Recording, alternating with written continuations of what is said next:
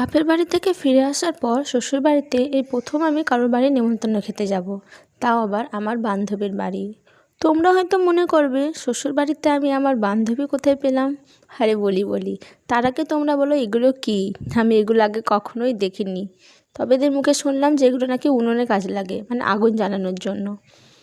আর শ্বশুরবাড়ির জায়গাটা বেশ ভালোই, সবুজে সবুজ। তবে আমার বাড়ির ওখানে, বাপের বাড়ির ওখানে এতটা সবুজ নেই। তারপর ওই যে আমার বর আগে আগে, আমি ওনার পেছন পেছন।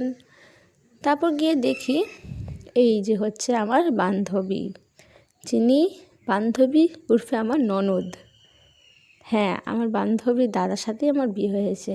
তারপরে এই আন্টিদের বাড়ি, মানে আমার বান্ধবীর বাড়ি নিমন্ত্রণ ছিল, তাই আন্টি বাইরে সব রান্না টান্না করছিলেন।